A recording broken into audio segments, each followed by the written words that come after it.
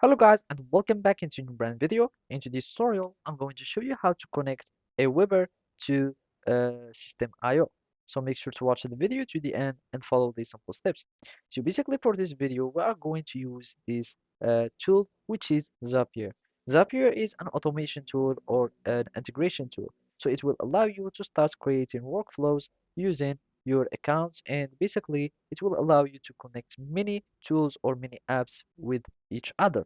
So basically now we will be needed just to search for Zaps. So we can simply go to Discover and find some templates that would allow us to connect AWeber to System.io. So we can search for AWeber, and from here we will be able to find like AWeber with Shopify, AWeber with like stay updated on subscribers, etc. And we want the one that has like AWeber with System.io. So let's just use System.io and AWeber, and basically, and now that haven't found any templates, we can create our own templates. So we can simply click on Create Zaps, and from here you will be able to start adding a trigger. So here I'm just going to search for AWeber, and I'm going just to connect it.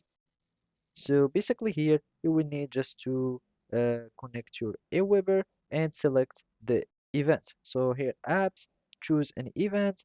For example, a new field, that means a new subscriber has been added, and we want to go and add it to System.io, for example. So here in the System.io, we will select action, and here create, update a contact, and grant access to course, and basically you will be able to create and update the contacts.